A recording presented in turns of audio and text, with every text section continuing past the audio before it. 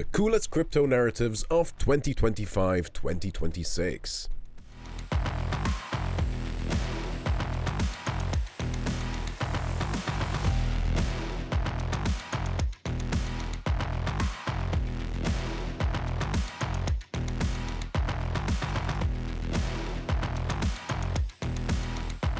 Hello everyone, and welcome to the first day of the Sigma conference here in Malta.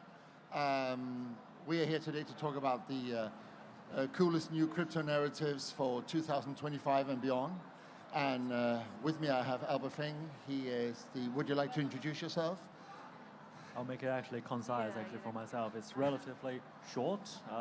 Chief Operating Officer at the Malta Regulated Cryptocurrency Exchange, ZBX.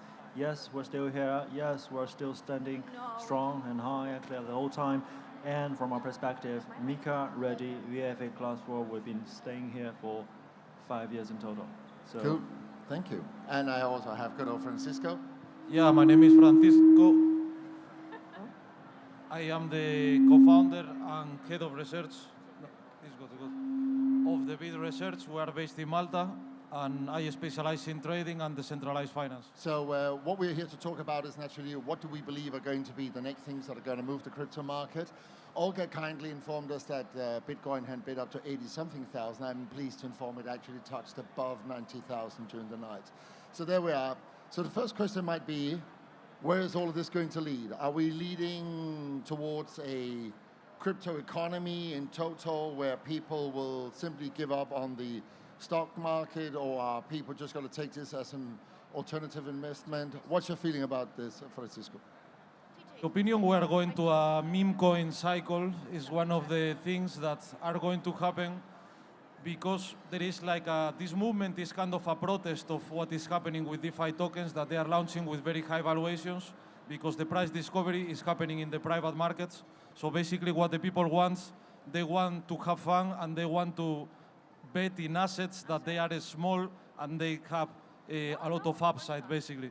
So I think that's what the people want, that is like kind of a casino, and a part of that, DeFi is the only sector that it has a real and fundamental product market fit, and also stable coins. So far they have been the killer app, is something that is being used for non-crypto native people. So I think that these three sectors, they are going to have a big run in these coming times. Yeah. Thank you very much for that. Albert, how do you see this developing as the next cycle? Actually, in general, I totally agree what you said. But actually, what you said is about from the community's perspective, from the retail, I would say, retail client's perspective. So everyone, individual personnel, yes, are we tapping into the world of crypto through a meme coin, or actually from the community, or I would say some of the specific social media platform, right? We're actually tapping into certain chains, certain blockchains. Also, at the same time, I'm saying that we would not actually ignore the fact that a regulation in a more systematic framework is already happening at the moment, right? So the MiCA is here from DeFi, from all the perspectives, from the regulator's perspective. They still have a lot to understand, a lot to catch up. Of course, as mentioned earlier, actually the narrative of the years would be, I think, if I understand correctly, what I mentioned earlier would be like collective empowerment from everyone, not only the big players, not only the one who's understanding the concept of blockchain technology, but also there are a lot of, say, Web 2 or Web 2.5 communities and corporations, entities, they want to tap into the Web 3 world. And from my perspective, as running a regulated cryptocurrency exchange and the MiCA to be under MiCA license, what we consider is it's also our responsibility and obligation to assist this Web 2 and Web 2.5 entities to tap into the new world under a regulated manner. So let's just understand that for a moment. Francisco, you're talking about that there's the meme coin cycle. A lot of people, they want to have fun. It might have a tendency of almost being like a casino. You, Albert, are talking about the importance of regulation and safety, but with all due respect, is this not a bit of a paradox? Because the casino is naturally a game of chance, whereas regulation is supposed to be underpinning, let's say, more secure assets. So my question is, in light of this, if we're going into a meme coin cycle, how do people, especially with the risks of rug pulls and whatever comes along with that, how would you say in 2025, with everything we've seen, especially all these meme coins being built on Solana, what are some of the hallmarks by which people perhaps can have an indication that this is going to be a rug pull? Francisco. Yeah, I mean, meme coins, they have a lot of risk, but it's not that I'm in favors of meme coin trading. The thing is that the market is choosing. Basically, we have been building an infrastructure that is supposed to be for different stuff like DeFi, stable coins and everything, but the market is using it in a different way. I mean, a big part of the market, not all of it, obviously. And then basically, there are some advancements, you know, in the launch pads for meme coins where they start to implement some mechanics that they are making this much safer, and even from normal projects, we are start seeing like different developments in tokenomics and different systems that they force the teams to have more skin in the game, basically. So this is one approach that is like more, we can say, quantitative than through regulation. We are developing a native crypto mechanics to enforce safety in a different way than regulators. In my opinion, it's totally unrealistic that regulators will be able to follow. We will be doing everything way ahead of them, and they will have to regulate behind, but that's normal in every single industry. Myself, I've been in the gambling industry in the very, very beginning of it, and I lived all of this process where we were building, and they were regulating, and it's impossible. It's very stressing for me personally because you always feel that you are out of the regulation because the regulation is not developed yet, because what we are doing now is, let's see, very high tech or whatever you want to call it, you know. That's something stressful, but it's the nature of the market that is really innovative, basically. Yeah. So let's just try and catch that ball. So you're saying that you're building, you're creating new things, regulation, often they say a lot of lines of business that regulation is on average 2 to 5 years behind what is actually happening in the marketplace. If you look at the chemical industry, IT, whatever it might be. Albert, for somebody like you at ZBX, how do you guys then understand which are the products that you are supposed to, let's say, engage with now, by which you can offer it to your clients next year, you know? Francisco's talking about that the market is choosing meme coins. If it's something on DeFi, how do you, from a strategic point of view as a business, decide, right, this is what we're going to offer to our customers next? Talking about the crypto narratives for the time ahead. From our perspective, actually, for example, if you consider there's always a blockage between the regulators and the operators, or actually we consider the centralized government and the decentralized desire to freely use your own asset, your own funds, your own wealth. I would say there is still an extra mile for the government and the regulators to catch up with the current pace, which is actually very luckily, as far as we see. Even in Malta, the MFSA, the regulators, are very eager and very open-minded to some extent, moving to a next stage of a regulation instead of conservatively restricting. They're more open-minded and embracing the new changes and happy to explore the new possibilities. But still, as I mentioned earlier, there are also bottom lines that we wouldn't cross. So in a nutshell, I would say as long as the project itself has a valid community, has its necessity from the tokenomic perspective, ensures longevity, AML, compliance, all this kind of stuff, it is an asset we can actually engage with, or actually will be happy and eager to explore, to harmonize into our offering to our existing customers, still under MiCA and a regulatory framework. So it seems like we're circling around the topic of meme coins and whatever comes along with that. Looking at the price activity of Dogecoin over the last week, where it's moved up 150%. There are rumors out there that this might actually, in certain ways, become some sort of a method of payment in the United States. Elon Musk seems to be a man who is coming up with all sorts of creative ideas the whole time for what happens next in his world. Do you think that there's the potential for something like meme coins to transition into becoming, let's say, something that is of a more, let's say, perhaps not conservative, but accepted kind?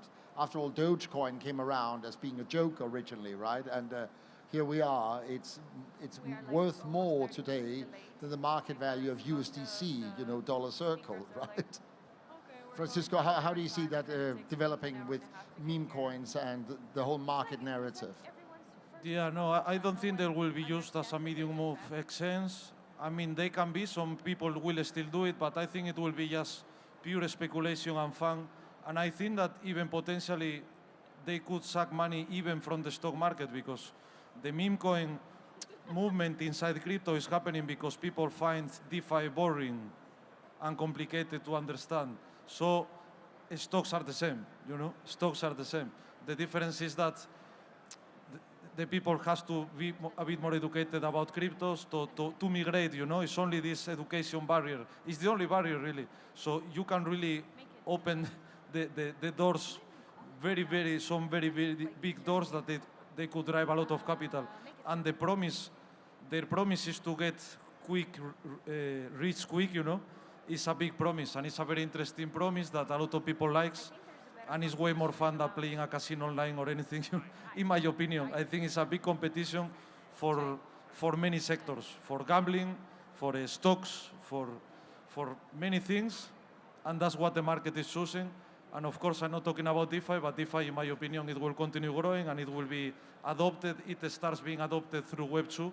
So basically, right now, in a normal exchange, you can stake your USDT and you can get 6-7%.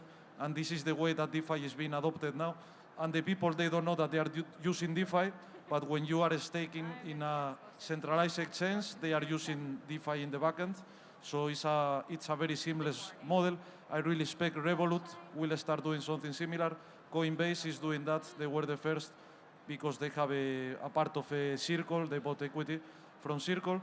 So basically, it will be very seamless in that sense, and it will be a no-brainer because the yields are way better than in traditional finance. So it's way better. Even the interface is better too. So yeah, that's what I expect from DeFi. Okay, thank you very much for that.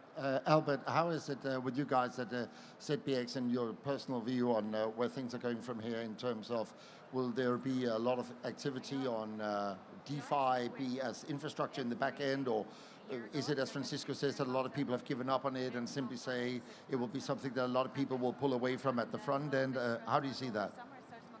To be honest, actually, in a way, from user experience perspective, I totally agree with you, my friend. And the majority of actually obstacles that we're facing from user experience when it comes to using a financial app or actually financial technology product, it's because I would say the misunderstanding to some extent when it comes to the regulatory framework.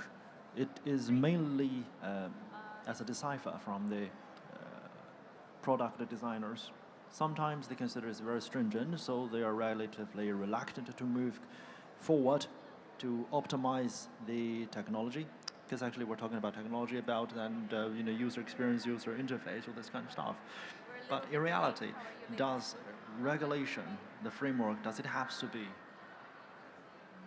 the barrier instead of the accelerator to some extent? We always consider from our perspective, ZBX is not only the regulated cryptocurrency exchange, but also the catalyst to accelerate the merge between the Web 2 and Web 3. So that's what I'm saying that, yes, do I agree? Yes, I agree. But there are actually some extra mile for both sides to work.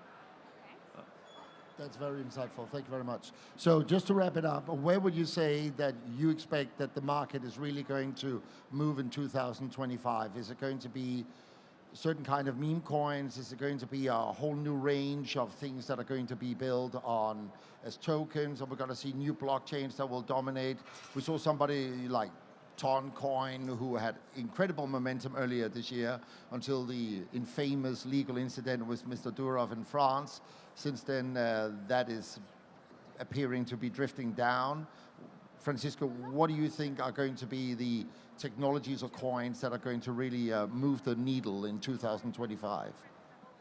Yeah, I think as sectors, meme coins and stable coins, I do not like to say meme coins. I'm not promoting this, but I'm very aware that is what the market is choosing. So we have to give to the market what they want, you know. And then DeFi is going to get a lot of steam, especially after Trump being elected. Is going to get a lot of steam. It has been improving non-stop, and stable coins. The stable coins, the organic growth has been staggering even through the bear market. If you look to the organic active addresses, all the cohorts of transaction sizes, everything has been up only, even during the bear market. So they are going to continue getting traction, and basically the governments, they cannot figure out a CBDC better than the technology that we are developing from centralized and decentralized stablecoins. So they will have to adopt the technology that we are developing, and they will have to be competitive with regulation, because otherwise the decentralized solutions, they will be adopted quite fast, in my opinion.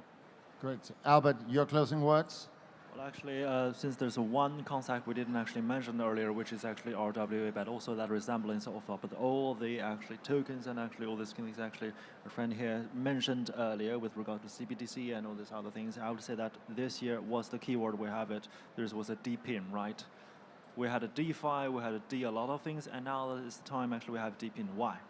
Because there is a desire actually for the Web 2 and Web 3 to merge, and there is actually necessity from financial perspective that it is a necessity that we need to move, and it requires collaboration between the community, the people's demand, collective empowerment, and all this involved party to work together to move it forward. And we would be happy to assist with all these things and be the main battleground for all these parties to play with. Fantastic. Francisco, Albert, thank you very much for your time.